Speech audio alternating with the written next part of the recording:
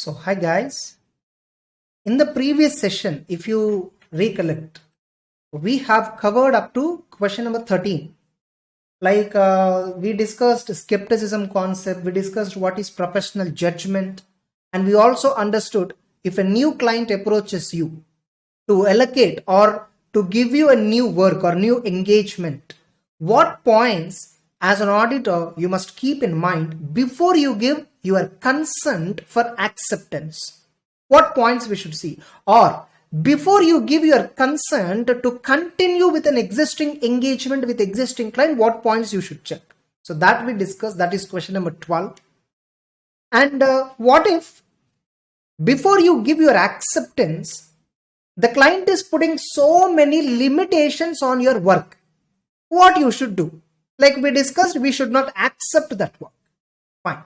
Now suppose you did that evaluation, like what a client approached you, a new client, he want you to do some audit, example stat audit, example the client wants you to be a statutory auditor under Companies Act. Let us assume the client that approached you is a director of a company, and what he is asking you, so and so Ram, please be our statutory auditor. He is asking your consent and you gave accepted, you accepted.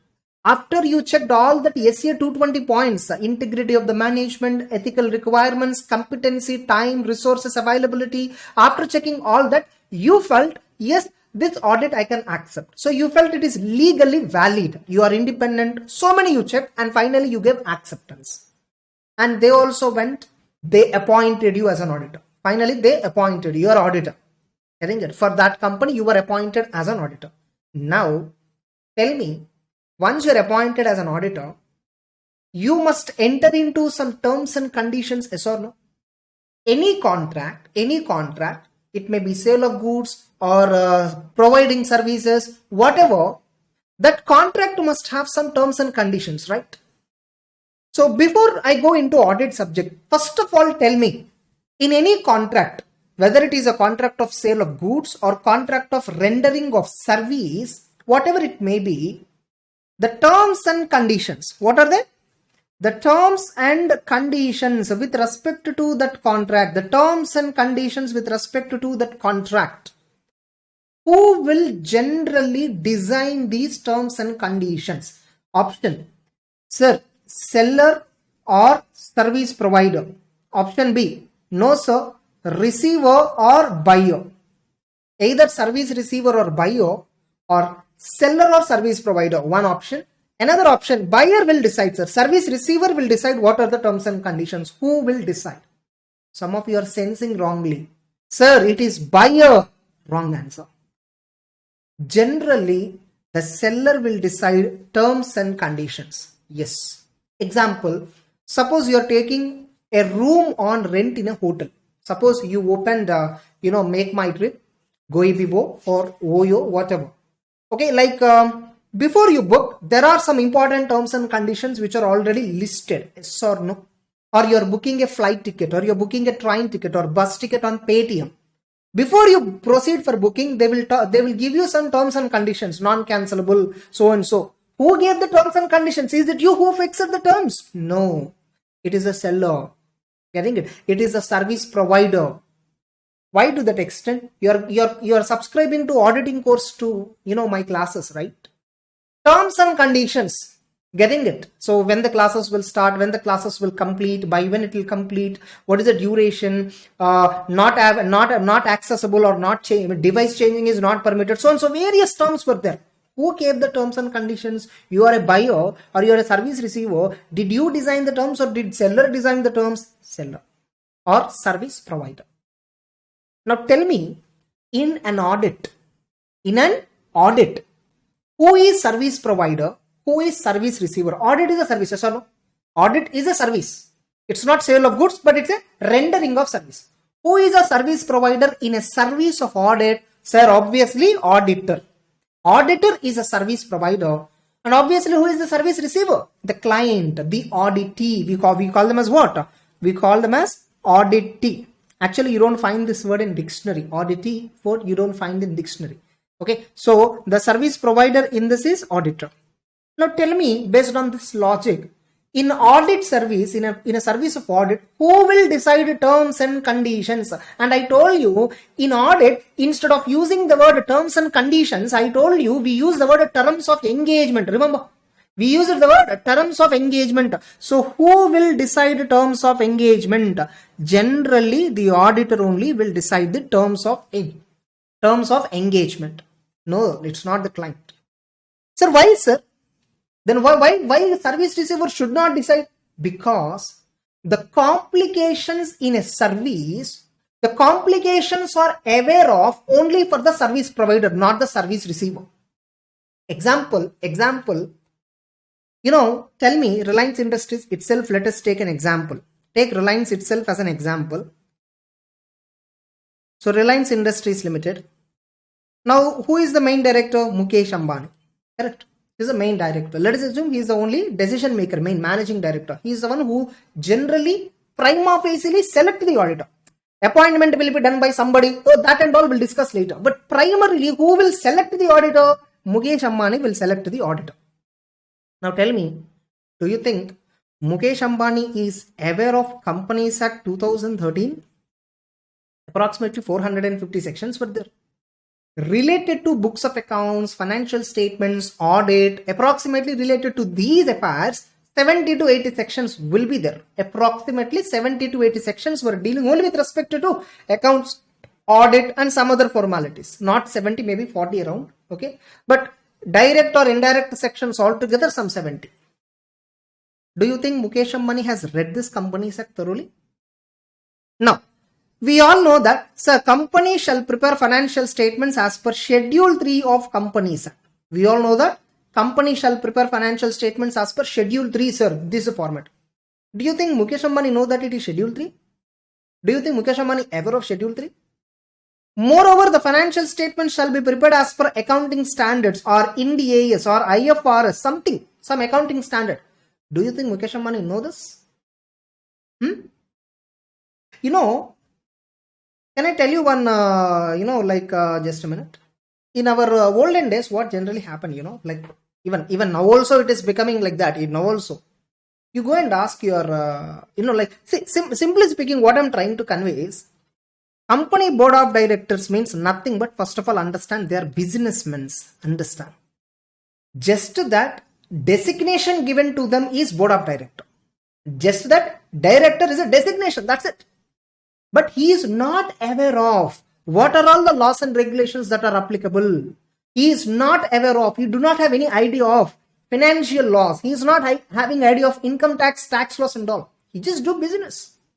Mukesh Ambani know how to run telecom business, how to attract subscribers, how to design plans, how to provide service, where and all networks to be established, where and all service centers to be established, how to acquire spectrum license. He know how to do the business.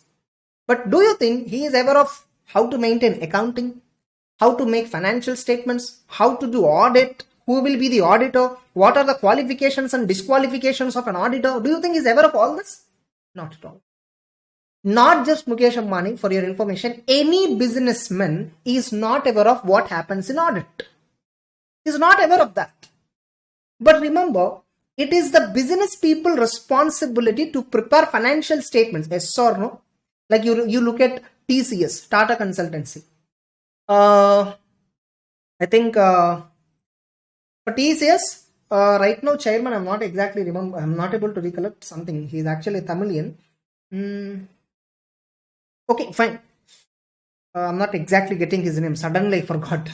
Okay, so he's a chairman even for Tata Motors, many other Tata Group companies. Chandrasekharan, yeah, sorry. Yeah. So for TCS, the chairman is Chandrasekharan, N. Chandrasekharan. Do you think he knows entire accounting standards, all that? Not at all. They know how to do business. First of all, understand, directors are meant for doing business. They're not meant for maintaining accounts, maintaining financial statements. No, not for that. Infosys Narayana Murthy is meant for business. He know how to do IT business. TCS N. Chandrasekharan know how to do business, how to be successful in IT sector. Remember, most important aspect, finance we chartered accountants, right? We are all doing CA course, chartered accountancy. What is chartered accountancy? Is it about doing business? No. It's about managing the finances. Logically speaking, what we are learning, what are we mainly for? Managing the finances for a business. We are there for managing the finance. Getting it? Just a minute.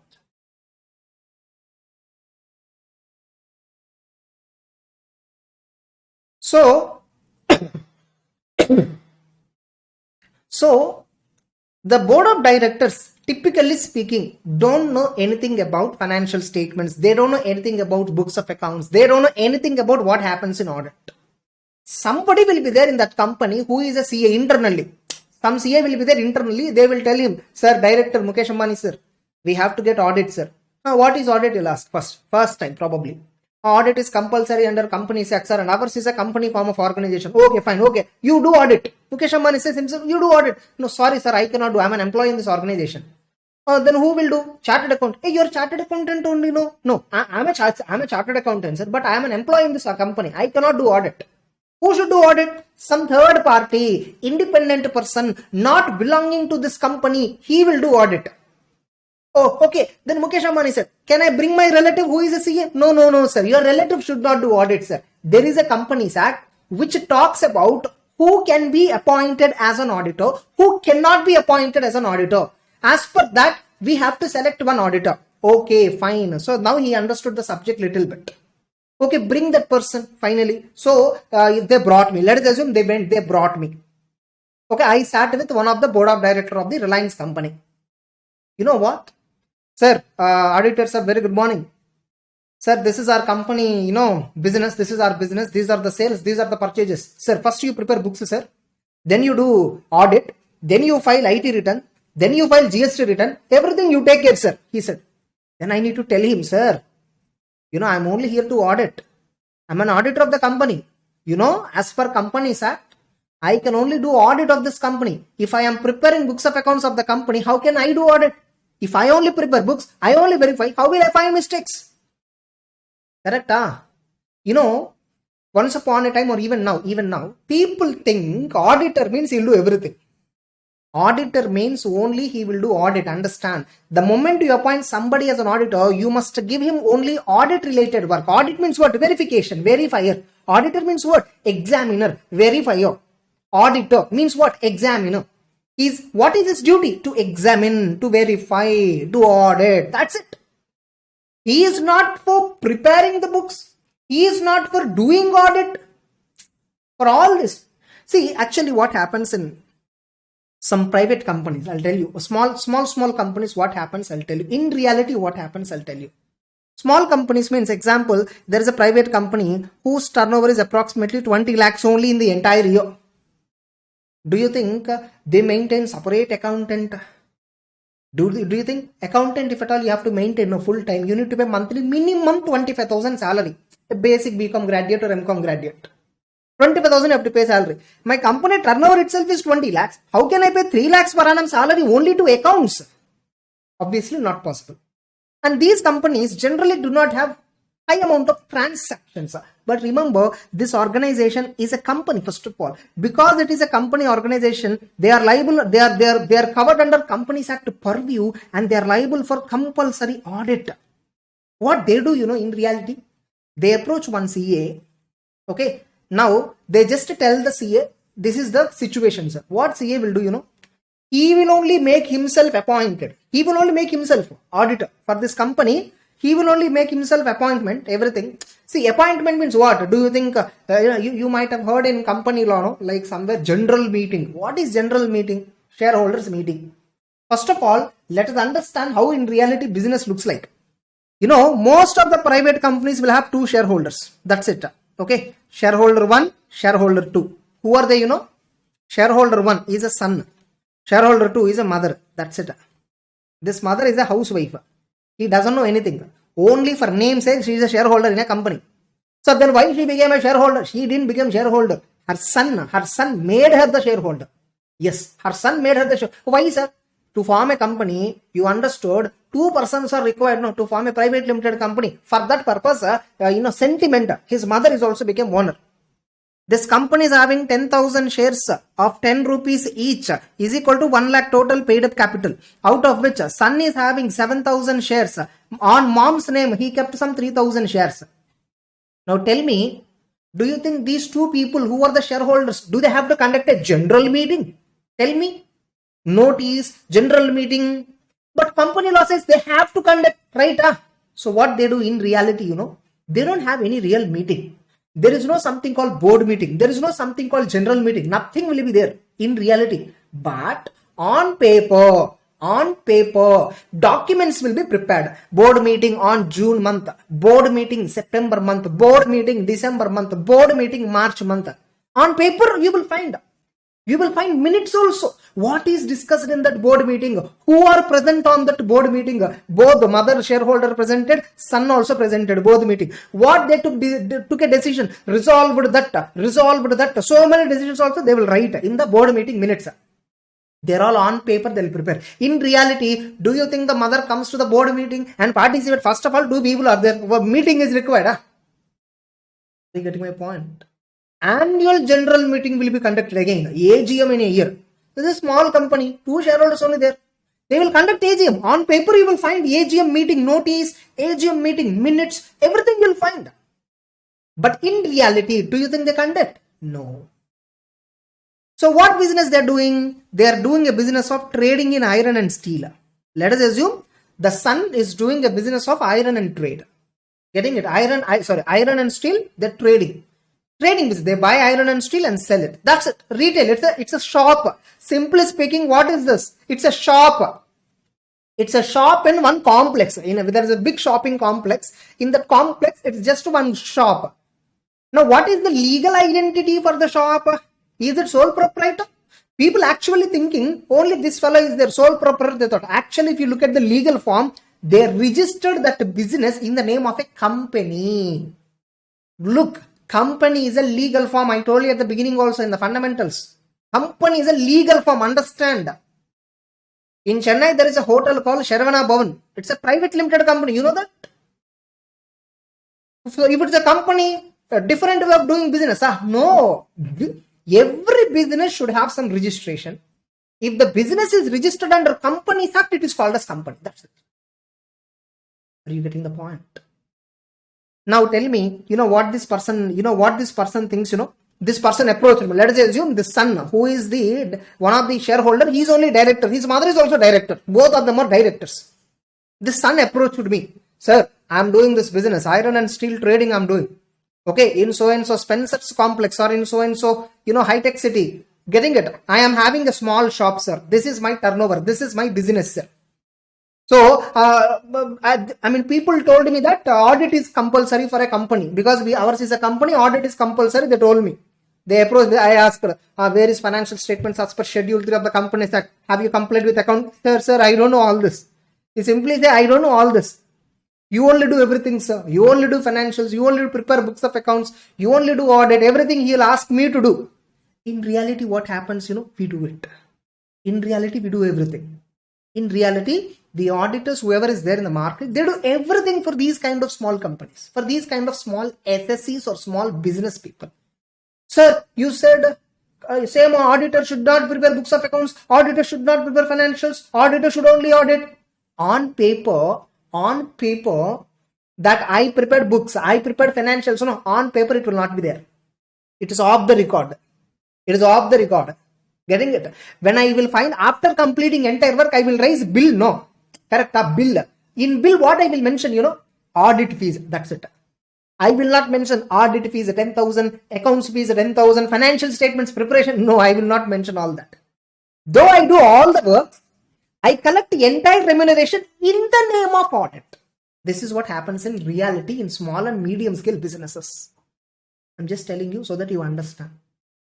Whereas in very big company, imagine like a company like Reliance, imagine a company like Tata or TCS, like that. They will have a separate, directors will be separate, accountants will be there, CAs will also be working as an employee inside that. So they have entire structure, which is not there in small companies. Auditor will not prepare. Suppose in TCS, no, I'm the auditor. I only do audit, nothing else. Why? books of accounts, financials, everything is already prepared by Tata Consultancy Services Management and Board of Directors themselves. Are you getting it? So now tell me, in a small businesses, especially in small business, okay, big companies like TCS, Reliance, they have legal department, they have auditors, they have CS working in their company.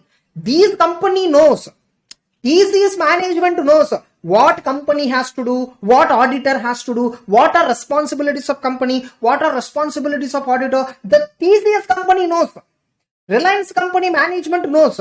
But in a small company, what do they think? We appointed Mr. Ram auditor. He will take care of everything. He will do IT return. He will prepare books. He will prepare financials. He will prepare everything, and he will take care of everything. That's what he thinks. But legally, auditor means what? Only for audit. Correct? Now tell me, I need to tell the company directors, look, director, I'm only for doing audit. I am not responsible for financial statements preparation. I am not responsible for books of accounts preparation. I am not responsible for any other work which you think. I am only responsible to give opinion. My objective of audit is to give opinion. Look, that is only my responsibility. You are appointing me as an auditor, and my only duty is to give opinion. I need to tell this point now to the director, because he doesn't know. He thinks everything I'll do. He thinks I will take care of everything. But actually, for what purpose I was appointed? Only for audit. So how should I tell board of directors that I am only liable for audit? So by prescribing terms and conditions, that is called terms of engagement. By drafting terms of engagement, look, directors, company, you engaged me for audit. So these are the terms. What are they? These are the terms. So what? Okay, I am sending you letter of engagement. Heading letter of engagement. To whom? To the board of directors of ABC Private Limited. Okay, what you want to say? You requested me to do audit. Yes, I'm happy. I'm accepting the audit. Okay, I'm accepting. Now, with respect to this audit, I have some terms and conditions. What are my auditor's responsibilities? What are management responsibilities? Logically, as per law, tell me, who is responsible to prepare books of accounts? Management. Who is responsible to prepare financial statements as per applicable financial reporting framework? Management. Who is responsible for running the business of the company? Management. Tell that they are responsible for books of accounts, they are responsible for financial statements, they are responsible for internal controls, business affairs, risk management, everything, they are all responsible. Tell me, for doing audit, books of accounts I should have, no, I should verify books, no. If I want books of accounts, who should give me? Suppose I went to Tata Consultancy Service, sir, I am the auditor, I want to verify books, sir. Management told, go and search, sir. This is a very big campus, 200 acres campus. Go and search wherever books are there, open it, and then, is it correct? When I ask books of accounts, who should bring and give me? Management of the company should take the responsibility to give me whatever information I want for the purpose of audit. Correct? Okay, management gave me books. I am seeing some books of accounts, some voucher is there. On voucher, something is scribbled. I'm not understanding. I went and asked the management, sir, what is this, sir? Who should answer me? Explanation. Who should give me explanation if I don't understand any books and documents? If I do not understand what is happening in the company, who should explain me? Management. So, in order you to do the audit properly, if you want to do the audit properly, management first they should prepare books, they should prepare financials, they should give you access to books of accounts, they should give you any information, explanation you are asking for. Correct? What is your responsibility then? Sir, then what I do? Then what you do as an auditor? I do verify, I do audit the financial statements, I verify financial statements, I verify books of accounts, I do audit of the financial information with a view to express opinion. Let's see how an engagement letter looks like. I'll show you once, okay? How an engagement letter looks like. So example of an engagement letter, this you will find in See, like when you registered for CA Intro, you might have got books. In that audit book, you will find pronouncement, correct? Pronouncements. Some 2 parts or 3 parts you will find pronouncement. In that part number 1. So, if you see the page number, pronouncement page number here is 138. In that page number, you will find example of audit engagement letter. You will find an example of audit engagement letter. So, what is the example? Example of audit engagement letter. To whom it is addressed, you see? To board of directors. So, first, what auditor is saying? You requested, okay, that we audit the financial statements of ABC, which will comprise balance sheet, profit and loss, cash flow, notes to accounts. Getting it? You know what? We are pleased. I'm very happy to confirm our acceptance. I'm accepting your proposal. You asked me to be as your auditor. Yes, I'm accepting. Now, what do you mean by audit? What is my responsibility? What is your responsibility? Our understanding of this audit. What do you mean by audit? Who is auditor? Who is management? What are the duties? What is our understanding of the audit? Our understanding of the audit engagement by means of this letter. Take this letter. This letter I'm showing right now. This letter. Take this letter. What do you mean by audit? What I will do? What you should do? This letter will tell you. Otherwise, if I don't give this letter, what management thinks, auditor will prepare books, auditor will prepare financials, auditor only will file IT return. He will only pay income tax. What? I am only to do audit. I am not liable for preparing books. I am not liable for preparing balance sheet. I am not liable to file your IT returns. I am only here to do audit. You asked me audit, I am only here to do audit. You want me to do additional works? Then further terms and conditions are separate. Remember, if you want me to do additional works, I am ready to do. But it should not be against law. It should not be against law. Suppose in terms and conditions, company is putting one more condition. Dear auditor, you only prepare books of accounts. Companies Act says, we will discuss that in the next chapter. You know what Companies Act says? Companies Act says, auditor shall not prepare books of accounts of the company where he is acting as an auditor. You should not prepare in books of accounts and you should not only do the audit. That is prohibited. Now we have seen, can terms of engagement be against the law? No. If terms of engagement, nothing but terms and conditions, if it contains, you are the auditor, you only have to prepare books. Is it against company law? Yes. Now again you may say, sir, just now 5 minutes back, 10 minutes back, you told in small companies, auditor only prepare books, auditor only do audit. I told that happens in reality. But on paper, auditor will not prepare books of accounts. If at all he is doing audit. Almost only the introduction itself is almost 30 minutes.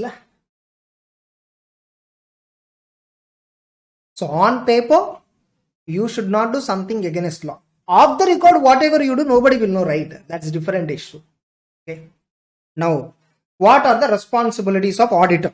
Next, you should talk about what are your responsibilities. In the letter, you should mention what is audit, what are your responsibilities, what are client responsibilities. We will conduct audit in accordance with standards on auditing. Who issued that? Chartered Accountants of India Institute. That's it. So, because of inherent limitations, okay, there is unavoidable risk that some mistakes may not be detected even though audit is properly planned. Okay, we are telling in the engagement letter itself. See how safe our letter is. In engagement letter itself, at first itself, at the time of acceptance of audit itself, we are telling management, look management, we have so many limitations. Because of limitations, so many mistakes will be there in books. Not all mistakes we will discover. So many material mistakes we may not discover. Why? Because of inherent limitations. Getting it? Our responsibility is only to get reasonable assurance. What is our responsibility? We will plan and perform the audit only to obtain reasonable assurance whether financials are free from material misstatements. Whether financials are right or wrong, we only get reasonable assurance. Don't expect absolute assurance from me. Look, at the beginning, day one itself, I am giving this letter. Day one itself, I am telling you, Even after we do audit properly, still there may be some mistakes in books of accounts and financial statements.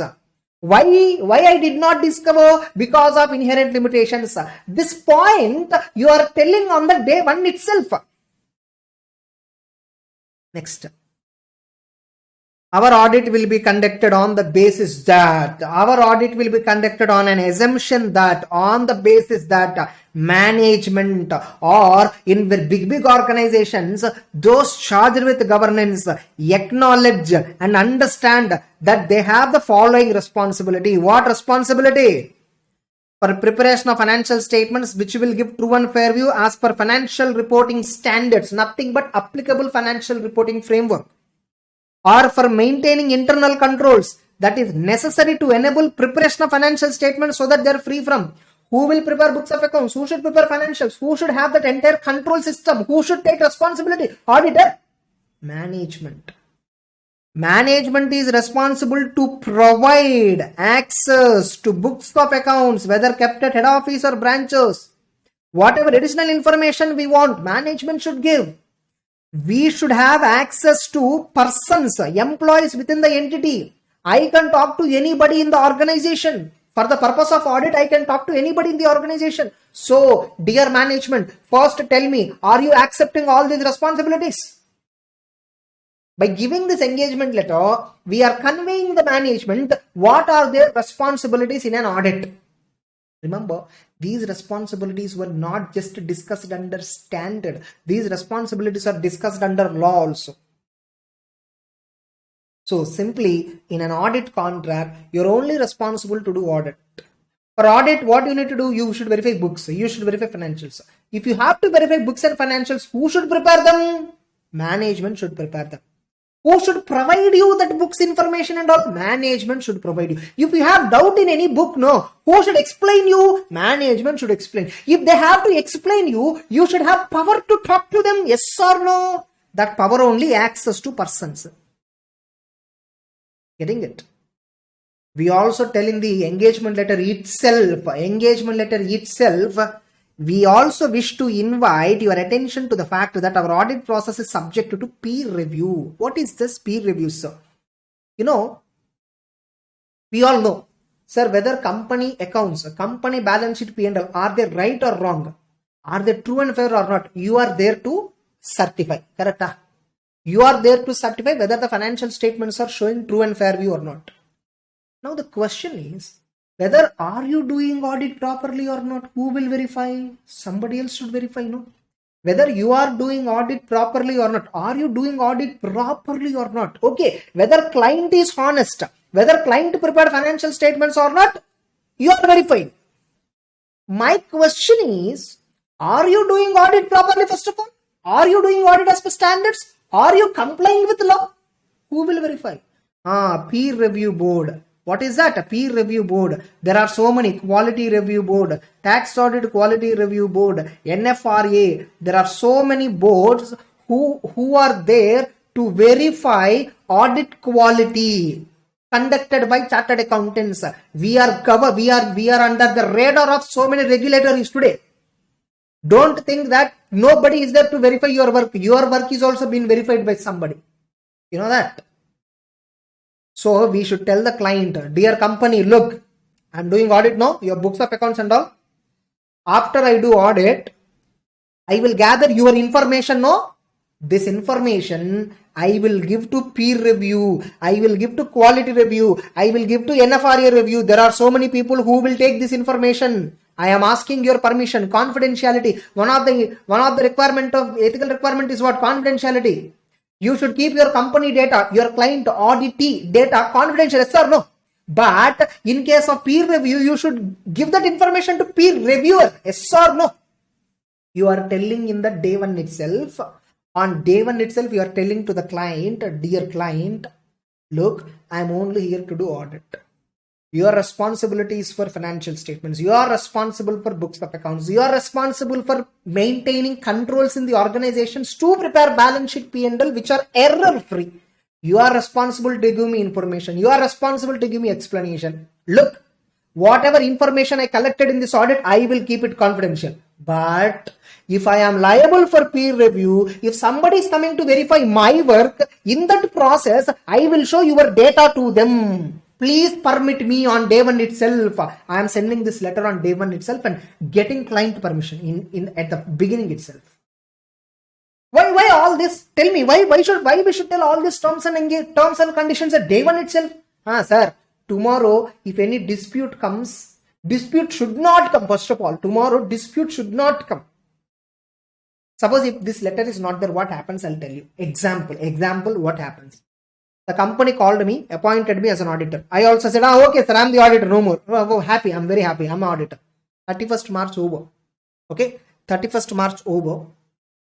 And I went to the company in April month to do audit. I went to the company, I met the accountant of the company. Sir, where are the books of accounts, sir? Books of accounts not there, sir, he said. Sir, where are the financial statements? They're also not available, sir, they said. He said, why? Sir, you only prepare, sir. You are the auditor of the company, no, you should only prepare. Who said I will prepare? Then why are you appointed, sir? I am only for auditor. Sir, you didn't tell me at the day one itself that we should prepare accounts, we should prepare financials. You didn't tell me on day one. This issue will come, no. Possibility will come, no.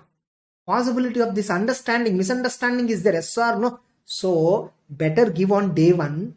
The moment you enter into any contract with somebody, it is always better to have a written terms and conditions. What is my duties? What are your duties? Better, simple.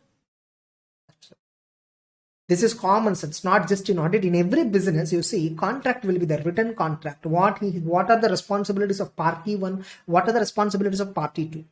Exactly. Finally, XYZ and Co chartered accountants, okay? We will ask management, please sign management and written attached copy of this letter to indicate your acknowledgement. Acknowledgement means what? Confirmation and agreement with for our audit of financial statements, including your respective responsibilities. Please sign this letter and send me back. I will send this letter to the company. They should sign and send me back. Once they sign and send me back, you know what happens because of sending this letter? After we send the letter, director saw, we are liable for preparing financials. I thought auditor will prepare. Okay, we are only liable. Okay, fine. So, because of this letter, both the parties, auditor and the management, both of them will have clarity on what are their duties, what are their responsibilities. So, that is the purpose why engagement letter is required. Now, I will give space here.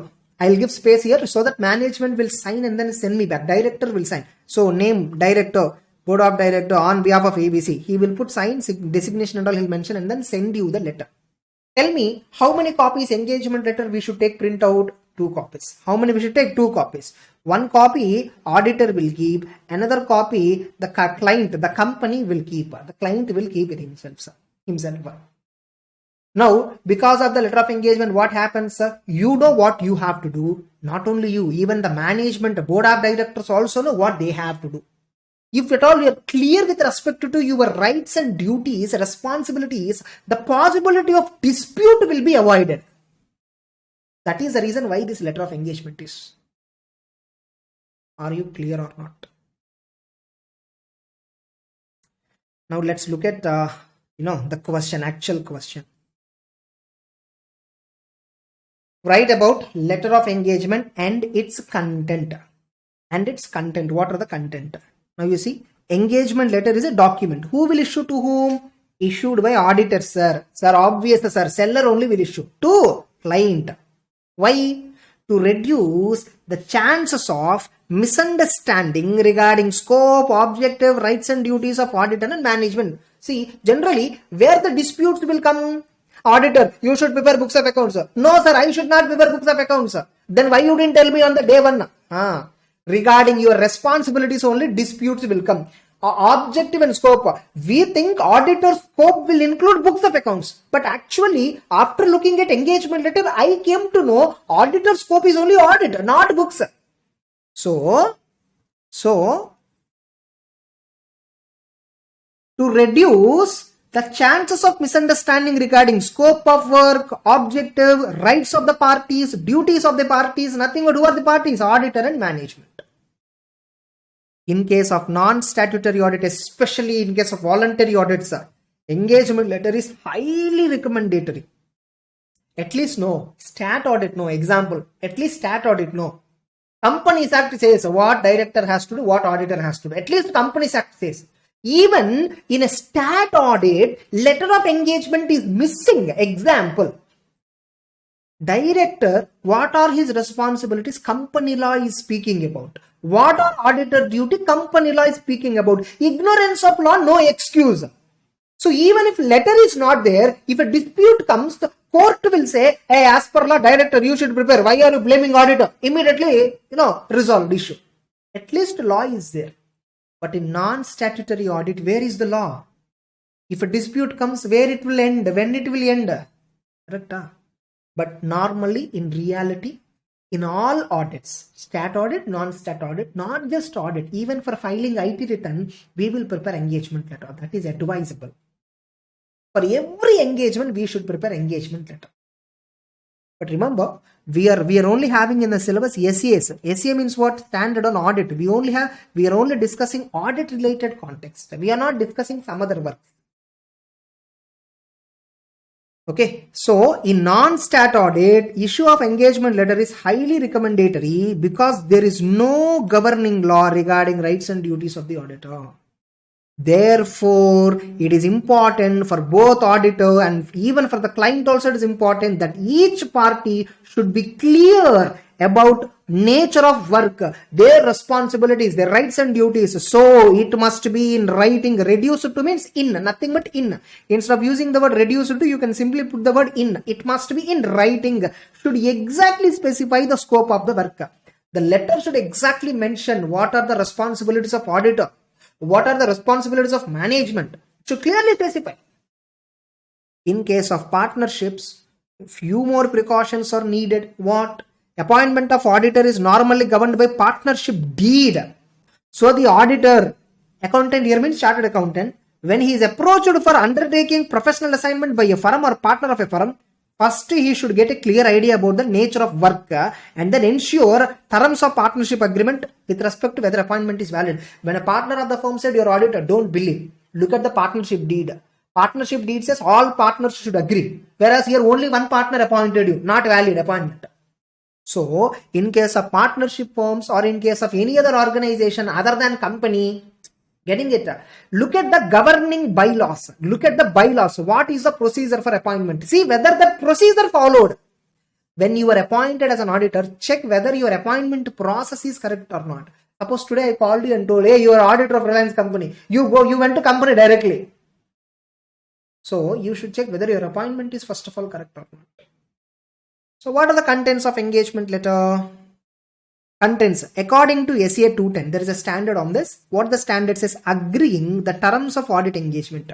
So, whenever you take an audit engagement, how terms shall be agreed between you and the management. How it should be agreed. So, that's what SA 210 talks about.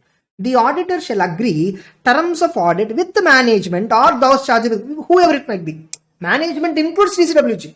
If top management is there, clearly top management is there, then top management you will go. There is no such bifurcation in the company. Only two people are there. Management, TCWG, both are same. Okay. The agreed terms of audit shall be recorded in audit engagement letter or some other form of written agreement. This agreement shall have the following details. What? Title should be there. Letter of engagement. Addressee to board of directors. Objective and scope of audit. You requested me to do audit of financial statements of ABC comprising balance sheet, P&L, cash flow, so and so. Responsibilities of auditor. I only do audit. Reasonable assurance. Inherent limitations. Not every mistake I will find. I will just give opinion. Responsibilities of management. You are responsible for preparation of financials as per applicable framework, as per accounting standard, as per financial reporting standard. You are responsible for giving me information I want. You are responsible for keeping internal controls. You are responsible to give me access to your employees to talk if I have a doubt. And identification of applicable framework for preparation of financials. What framework is applicable for this organization? If it is a company, if my client who appointed me as an auditor is a company, I should mention in the engagement letter that you should prepare financials as per Schedule 3 format. If the client is bank, I should put in engagement letter, you are liable to prepare financial statements as per Banking Regulation Act. I should clearly mention what framework applicable. Reference to expected form and content of audit report and statements that auditor may differ from expected. This point says simply, you need to tell, you need to give opinion, right? In what format you'll give opinion? We mentioned that we give opinion as per SA 700 format. We give audit opinion as per SA 700 format. We give audit opinion as per SA 700 format. Generally, we give positive opinion, but sometimes if at all anything we identified wrongly, we give negative opinion. So you should mention that point. On day one, you should clearly mention, look, after we do audit, we will give opinion. We will give opinion as per this format. Don't think I will give only positive. I may give negative opinion also. So that point, that concept you should indicate. So what are the things? Reference to expected form and content of audit report. What form, what content you will use in audit report, and give a statement. Tell this point, tell this word that auditor may differ from the expected form. You think you will expect a positive opinion, but I may give negative also. Don't know. Who knows? Sign and the signature of client confirming the terms and date and place. That's it. These are the contents. See, this format, where this format is given under ACA 210. This format is given under ACA 210. Now, let me tell you one small point. SAS means what? Standards on audit. Standards on audit. Accounting standards are there to clarify how to prepare accounting records, books of accounts. Auditing standards are there to tell you how to do audits. Okay, just a minute. Yes. Where are we exactly?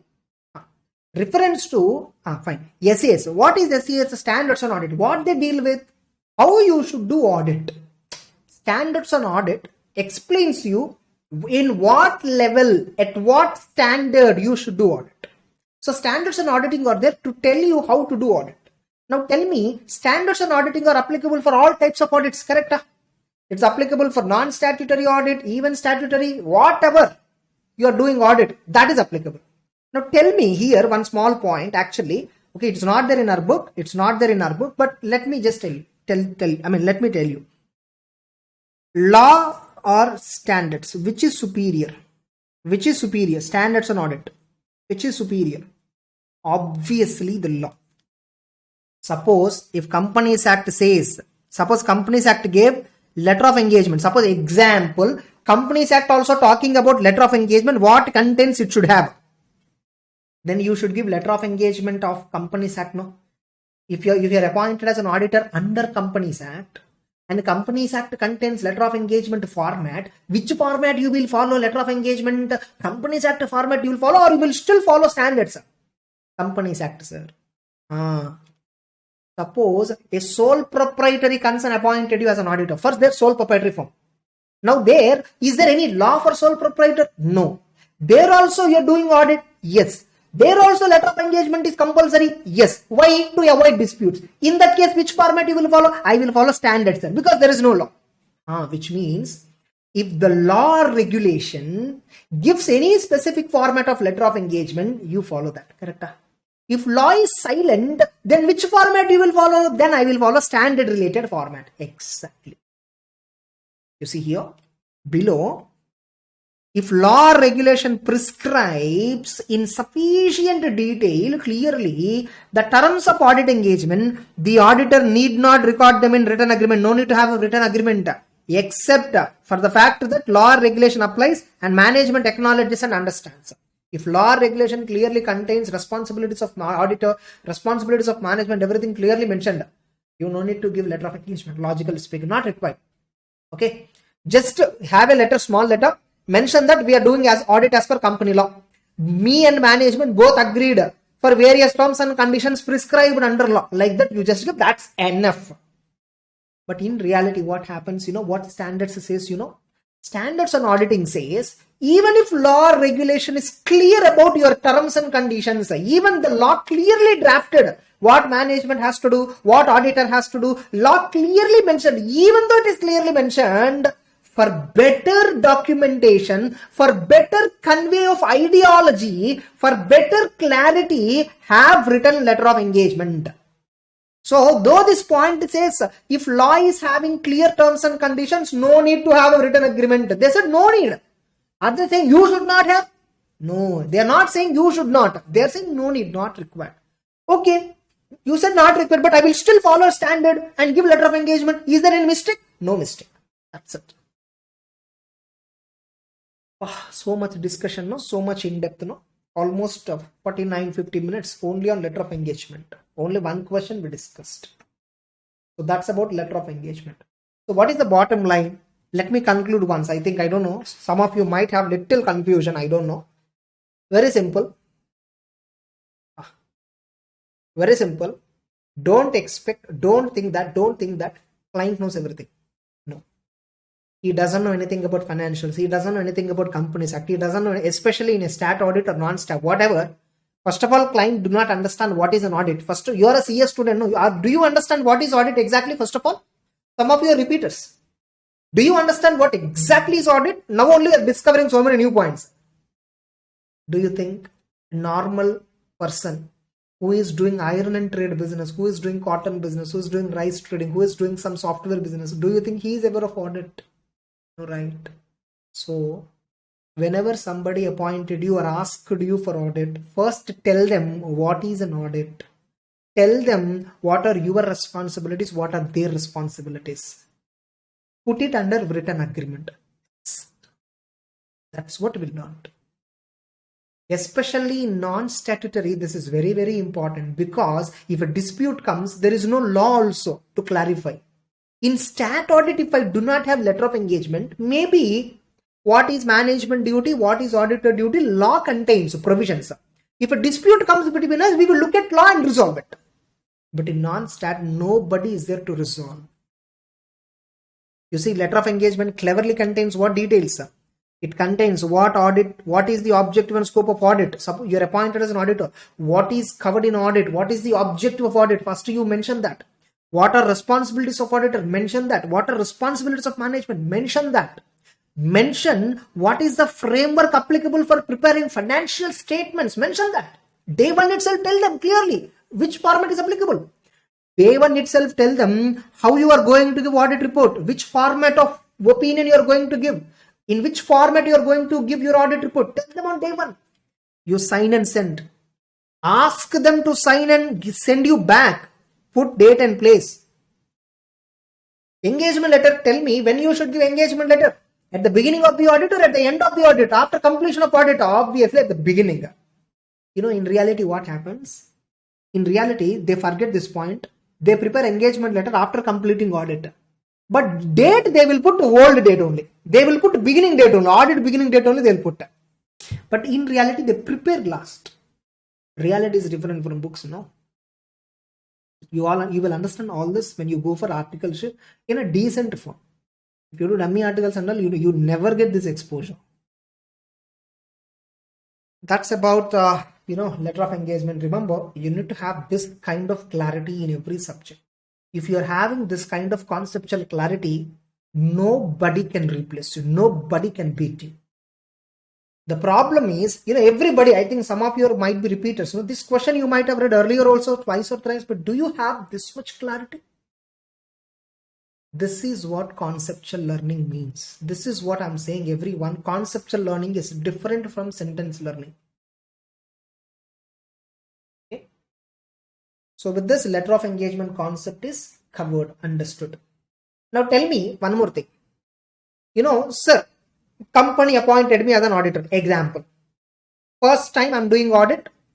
I'm also interacting for the first time with them. They're also for the first time with me interacting. Okay, rights and duties of me, rights and duties of them. Okay, letter of engagement I prepared and sent them. They signed and sent me back. Good. Next year also they appointed me as an auditor. First year audit over. Second year also they appointed me as an auditor. My question is, should I once again send letter of engagement second year, third year, fourth year, fifth year? Simply speaking, even though I am doing work for one more time, should I once again send letter of engagement? Yes. Because you are auditor for financial year 2021. That's a different work. You are again reappointed for 21-22. It's again a different work. You are again reappointed for 23-24. Again, it's a different work. You are not appointed at a time for all 3-4 years. You are appointed separately, which means each contract is a separate contract. Correct? In that case, a separate letter is required. Suppose you are appointed at a time for 5 years. Let us assume you are appointed as an auditor at a time for 5 financial years. Now, are you liable to send every year? Not required. You are not liable to send every year if at all you are appointed at a time for 5 years. Example. But sometimes, even though I was appointed at a time for 5 years, first year I will no doubt issue. Third year, suddenly I want to issue because of some changes in circumstances. There are circumstances changed. Example, law has been changed. Standard has been changed. The client asked me once again the letter. Management changed. Owners changed. Whenever there is a change happened, at that time it is better for me to give once again the letter, correct? That's what this answer. State the circumstances where sending new engagement letter would be appropriate in recurring audit. Recurring means what? Current year I am the auditor, next year also I am the auditor, then it's a recurring audit for me in the next year. First time when I am auditor, no, it is called as initial audit engagement. What is it called as? Initial audit engagement. The auditor must issue an engagement letter in case of newly accepted appointment for an audit, correct? That's what we understood. If previous year auditor has been appointed for current year, then the current year engagement is called as recurring audit. In recurring audit, the auditor shall decide whether there is a need to reissue engagement letter based on circumstance. Check. Last year I issued, this year also I am the auditor, same director, same owner, nobody has changed. Okay, should I once again issue? Think. Yeah, no changes, everything is fine. Last year companies are same companies act, now same companies act, same accounting standard, same director. Why should I issue once again? Okay, circumstances where engagement letter is issued even in case of recurring. In the following cases, last year, current year, same only, but some circumstances changed. So because there is a change in circumstance, I will issue once again engagement letter. What circumstance? Any indication that organization misunderstand objective and scope. Okay. If at all they did not understand the terms, they misunderstood the terms. Okay. Last year they understood, now they are on again, they against confusion started. So once again I will give the letter and once again I will explain them. Generally what happens, first reason, though the book says like this, suppose if they misunderstand something in the letter, what will I do? I will sit and explain. That's it. I will not issue one more letter. Correct? Or special terms of engagement or revised terms of engagement. Some terms and conditions have been changed. Last year, you're only auditor for Companies Act. This year, the company is asking you to do audit under income tax law also. Now, terms have been changed. No, scope has been changed. No. Or a change in law or regulatory requirement. Suppose company law bought amendment. Every year you must issue engagement letter. Or Companies Act financial statements format changed. Last year schedule 3. This year we don't know. Getting it? This year some schedule they brought, new schedule. So I should tell company, last year engagement letter, I told you should prepare financials as per schedule 3. This year there is a change. You should prepare financials as per new format. I should tell them the change. For telling the change, I should give my new letter. Simple. Or a change in applicable framework, a change in audit report requirement, a change in top management, or a change in nature and size of the business. Suppose company name changed. Last year in the engagement I mentioned ABC Limited. Now the company name is ABC Private Limited or BCD Limited. Who knows? If company name changed, issue letter of engagement once again with new name. Very simple. Bottom line. Last year you issue letter of engagement. It has so many contents. In these contents, if any information changed, issue one more letter freshly with new information, revised information. So that's about, whether engagement letter is to be issued in recurring audit. In a recurring audit, should we issue engagement letter again and again? What is the answer? This is the answer. You need to write any 4 points in exams. They'll ask you a question like this. Generally, in a recurring audit, engagement letter need not be issued every time. However, there are some circumstances, even though it is recurring audit, engagement letter must be issued in the following circumstances. Write any 4 circumstances. Change in top management, change in law or regulation, change in applicable financial reporting framework, changes in terms and conditions, nothing but revised terms of engagement, or management misunderstood the terms. You see below there is a question. What are they asking? R and Co, a firm of chartered accountants, have not revised the terms of engagement and obtained confirmation from the client for the last 5 years despite a change in business, despite a change in professional environment. Elucidate the circumstances that may warrant revision of terms of engagement. The auditor may decide not to send new engagement letter or otherwise written agreement. However, if there are factors that may make it appropriate to revise the terms or to remind the entity or discuss the above. Getting like, simply speaking, above answer you write. Instead of writing this answer, you write the above answer better. So with this, 16th question is also completed. That's it. So I hope you're clear. Hope you understood it thoroughly. So in the next session, I will discuss about 17th question and 14th question. 14th question. Preconditions to audit. You know what is it regarding? Management responsibilities means what? Okay, anyhow, in the next session, I will discuss them. Once again, in the next session, I will brief about whatever we discussed now and then I'll start. Okay.